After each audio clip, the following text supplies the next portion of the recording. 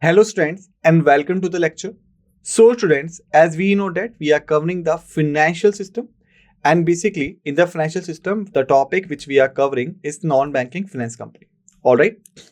So basically we are discussing upon this particular area. Alright. And in this particular area, basically these are the topics which we have, you can say, scheduled for the discussion. Like, to start with the introduction, then the credit intermediation, then the asset financing, housing finance, microfinance, investment and the wealth management, infrastructure finance, conclusion. All right. These were the topics we had scheduled for the discussion. All right. So far, the topics which we have completed is introduction, credit intermediation, okay, and the topic which we were discussing in the previous lecture is the asset financing. And the topics we are left with is the housing finance, microfinance, investment and the wealth management, infrastructure finance, and the conclusion. Okay.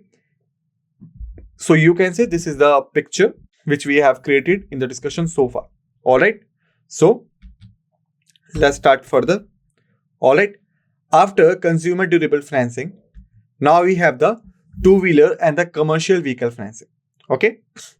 So vehicles are a major focus area for asset financing.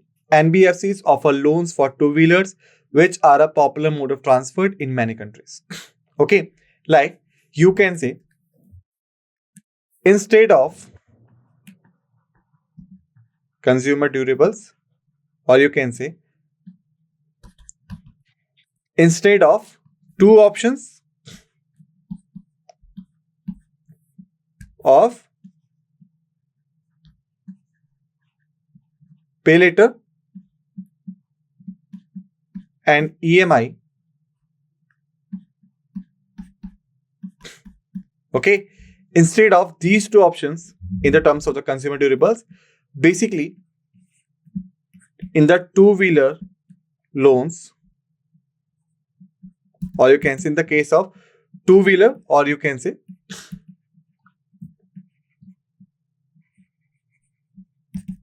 four-wheeler. All right. In these two cases, generally the NBFC is financing for the vehicle loan. Okay. Like in the previous one, we have seen that the NBFC were paying the amount to the seller, and then the person who had bought the item is required to pay the regular amount or regular installments to the NBFC. But in the case of two-wheeler or the four-wheeler, the NBFC will directly provide you a loan. For example, you can say, suppose if you are looking for a car which is worth rupees 20 lakhs. Okay. So remember, 100%, 75%, 50%, 25%. This kind of, you can say, the percentage covered by the loans. It means that maybe the NBFC will provide you 20 lakhs loan, 100% finance, or maybe the 75% of 20 lakhs, 50% of 20 lakhs means the 10 lakh rupees. Okay. 25% of 20 lakhs means the 5 lakh rupees and all. Maybe. All right. And maybe you will get an entire amount. All right. So this type of financing is basically provided by the NBFC. Once you get the amount, you could add it up in your capital and then you can purchase your favorite vehicle. All right. Which you are looking for.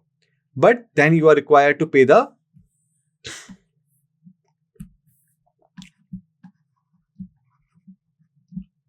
regular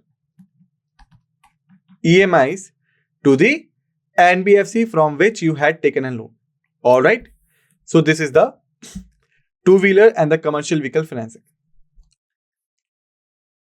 They also finance commercial vehicles which are essential for businesses involved in the transportation, logistic, delivery services, etc. The terms of such loans are often tailored to the cash flow of the borrowers with flexible repayment schedules. All right. Like we could say, suppose if we're talking about two-wheeler, and or you can say or four-wheeler.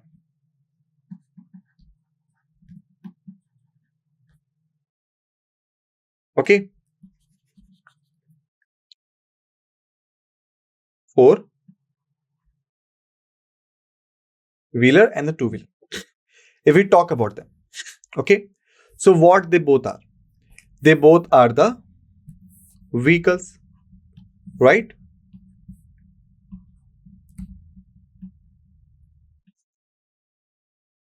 They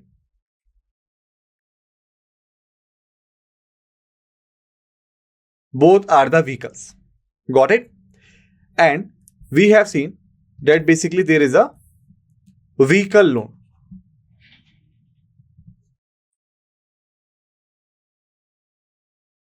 Okay? Vehicle loan, vehicle loan.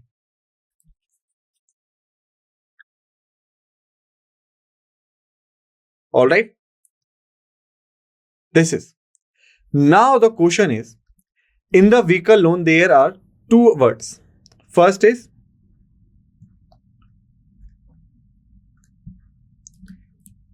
retail vehicle loan. Second is commercial vehicle loan. Okay. So if we go by this definition, how do we say that that particular vehicle loan has been taken up for the retail units? This one is taken up for the commercial vehicle loan. How we can say that? Even if we are buying the same items, the two-wheeler and the four-wheeler. So basically, it's depend upon the intention,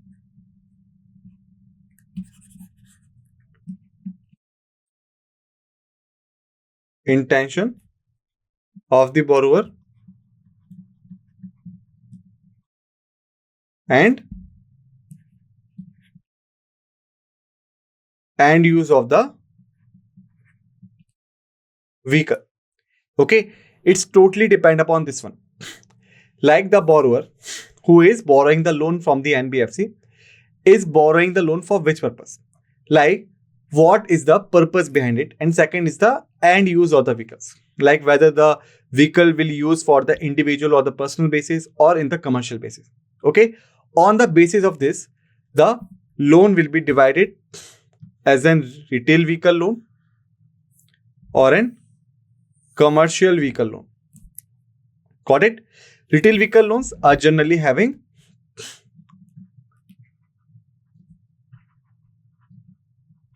low amount and easy interest. Sorry, high interest.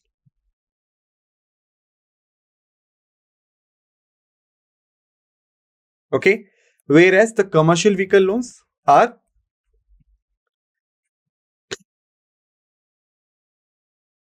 high amount. Second,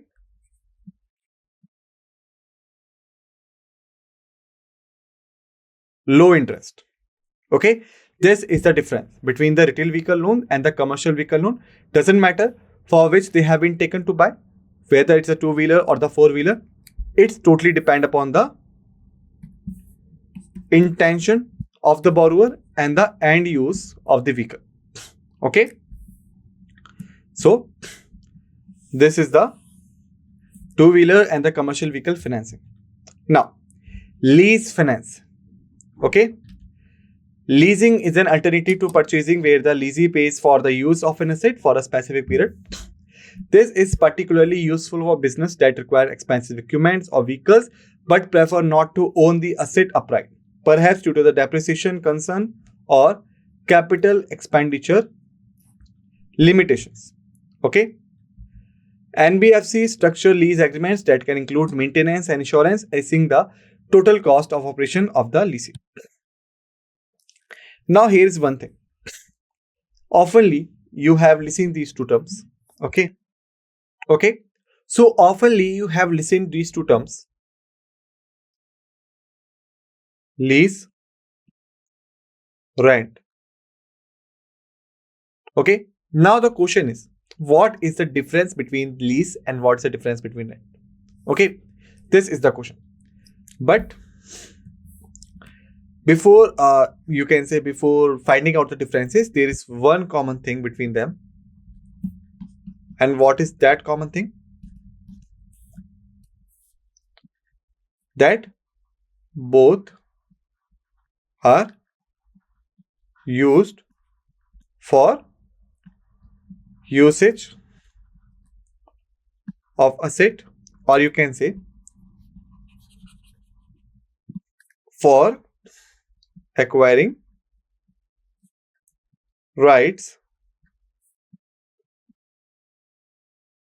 to use asset but not acquiring the ownership. Okay, both are used for getting the rights to use the asset but not acquiring the ownership of that particular asset. For example, suppose you are living in a city A. Due to some purposes for job, for school and whatever, you gone to the city B. Okay, so in city B, you require a residential place to live in, right? Residential place to live in. Okay, and there are two ways to obtain it. First, that you buy some place for yourself. All right, like you have bought some flat, you have bought some house. All right, you have in some room and all. All right, it is the first option. Second is you have taken this on lease or rent. All right, so if we go by these options, the first is buying. Okay, second is either leasing or renting. So what will happen if you get a house for rent?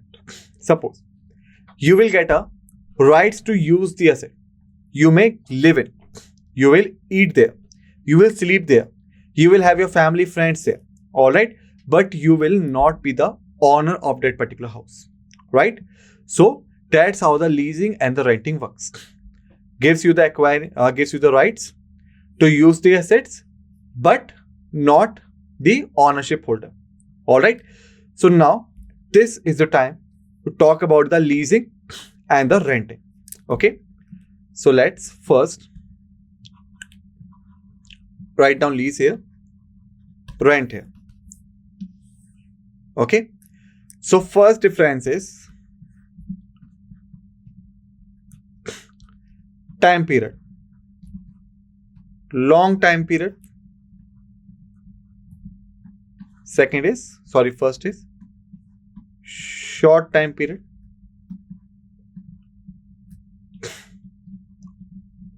Okay. Second is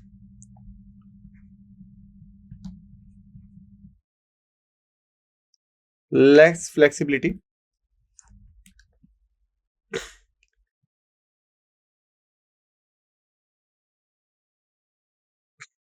High flexibility. Okay. Third is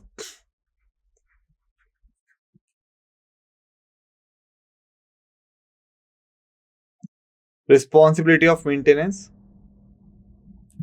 is extreme. All right. Here, responsibility of maintenance is moderate or low. Okay. Here, attract or binding on legal basis. Here, not attract or binding on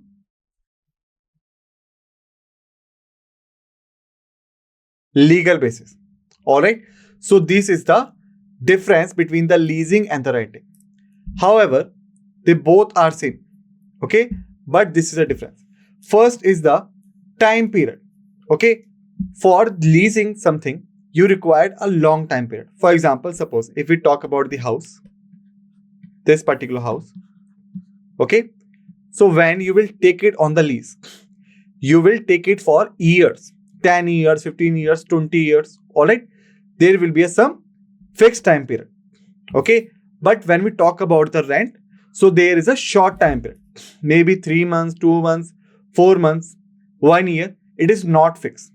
All right, it's totally depend upon the tenant, that how many years he want to live there, or the landlords, like how many years they want to let him live there. Got it? Thereafter, the less flexibility. It means that suppose if you find some better property somewhere else, all right, to live in, you could not leave this house because you have taken it on leaves for 10 years. Before the expiration of the time period, you are not able to leave the property. All right, which is generally not in the case of the rent. If you find some place very attractive than the place you are living there, you could easily move. All right, so that's why it is a higher flexibility. Thereafter, responsibility of maintenance is extreme. It means that if you are living in that particular house, and this is the case of leasing, you are required to maintain the house in the well enough manner. Okay, which is also in the renting case, like no one will allow you to destroy his house or the property, but the conditions are moderate or low. Okay, because it is flexible. Anytime the landlord will ask you to leave the house, but it is not available with the leasing. Why? Because leasing is a tract or binding on the legal basis. It means that in leasing there are so many provisions of law. If any party, whether it's a tenant or the landlord, is about to or has already breached the law, it will attract the legal consequences on the defeated part of the parties. Okay, which is not available in the rent because rental agreement does not having any legal force. All right, it means that if some party defaulted, then this will attract a very, you can say, moderate legal consequences, some fine and penalty only. All right, which is on the extreme level in the case of leasing. Right, so this is the difference between the lease and the rent. In the leasing, remember, it is for the long time period. You could not easily goes out. It is a less flexible. Maintenance responsibility is extreme because you are holding the property for longer duration. So it is your responsibility to maintain it. Thereafter, it's having various law provisions and you can say various terms. So that's why it is a tract or binding on the legal basis. Whereas when we talk about the rents, these are of the short time period. Okay, they are higher flexibility. Whenever the tenant or the landlord want to leave, they could easily back out of the agreement. Responsibility of maintenance is moderate or low because anytime anything could be happen. So it's totally in the control of the landlord or the tenant. So the things are moderate or low. It is not having any legal force or you can say any legal backing. That's why it does not attract or binding on the legal basis. Okay, so this is the difference between the leasing and the rent. All right, now the next question is, which we should come in our mind, is the NBFC role in leasing. Okay, like what is the role of NBFC in the leasing? All right, so here are some rules. First is financing. Okay, financing. Second is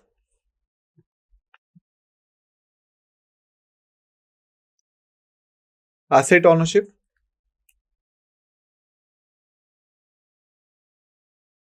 Okay, third is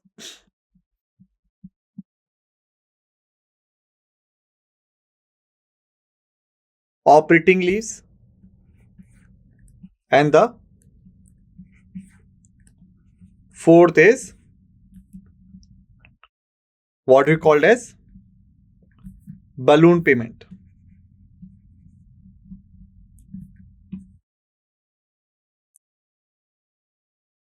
Okay, so these are the four basic rules basically played by the NBFC. Like, they provide the finance, they acquire the asset ownership, operating lease, and the balloon payment. Let's understand them one by one. First, the case of the finance or the financing. Okay. Suppose this is the person who wants to take this building on lease. Okay. He wants to acquire this building. But to take this building on lease, it is required rupees 20 lakh security deposit and rupees 5 lakhs per month in the form of the regular payment to the owner. Okay. So in such a case, the NBFC will provide the finance to make the down payment or the security deposit and to maintain the regular supply. This is called the financing. Okay. Second case is for the which one? Asset ownership.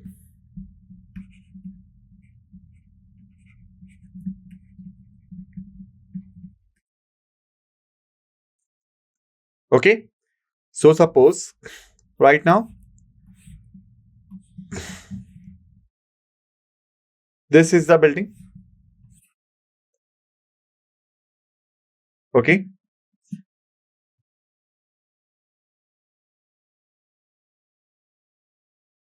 So remember, in the asset ownership, basically the NBFC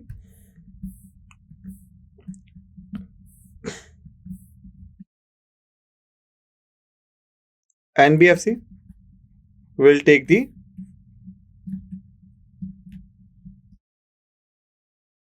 ownership, then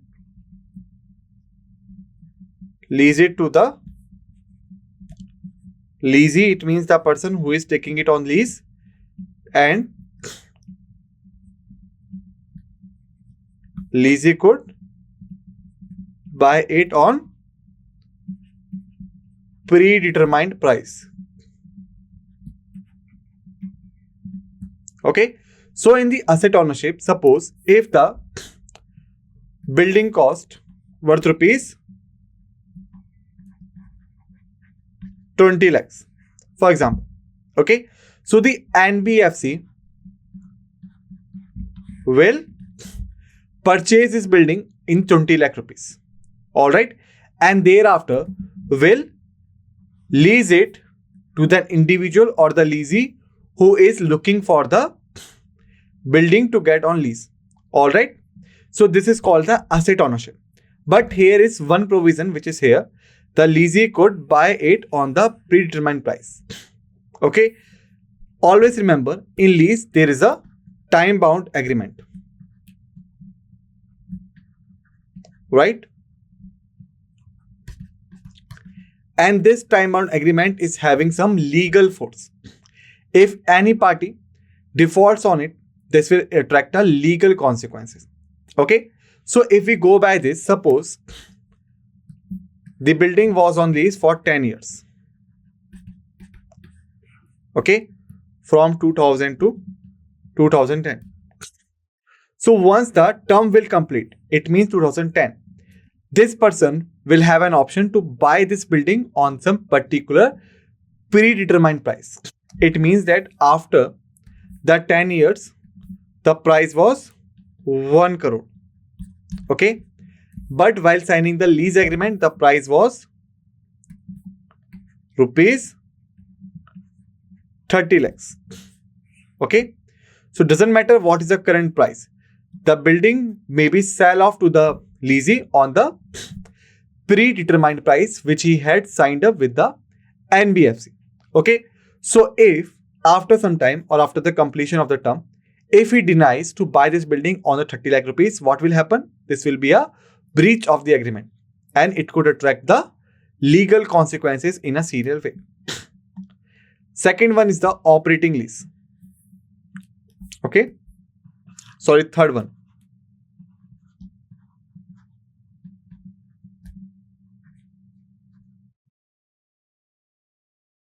Operating lease.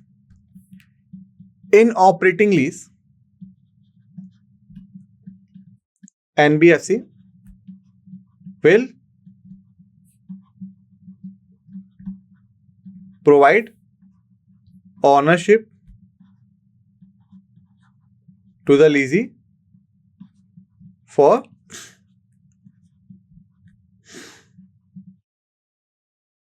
shorter duration only.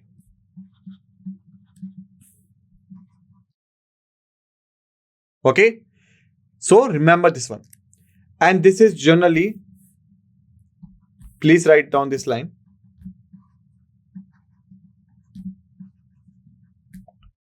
Generally done for those assets which value changes fastly or with technical advances. Alright, so operating lease is basically provided by the NBFC through leasing for those items which are for the shorter duration only, because their values changes fastly or with that technical advances. For example, if the company has taken up the computers on lease, so what do you think? Is the computer's value static? No, because the computer technology is on the rapid changes. That's why maybe the computers which have been on lease in the March will have the latest technology. But when we will reach the November, this technology will become outdated. Okay, so that's why it is known as the operating lease. The last we have is the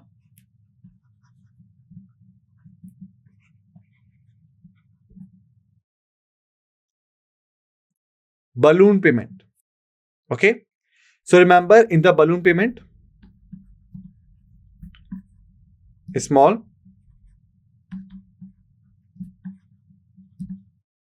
lump sum amount paid and paid on regular basis,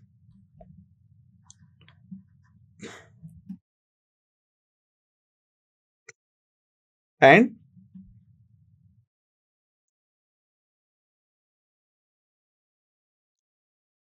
student, just write down again in the balloon finance, small lump sum amount paid on regular basis up to fixed duration, and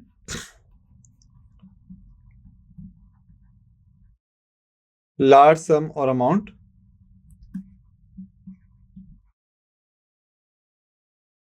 paid on expiration.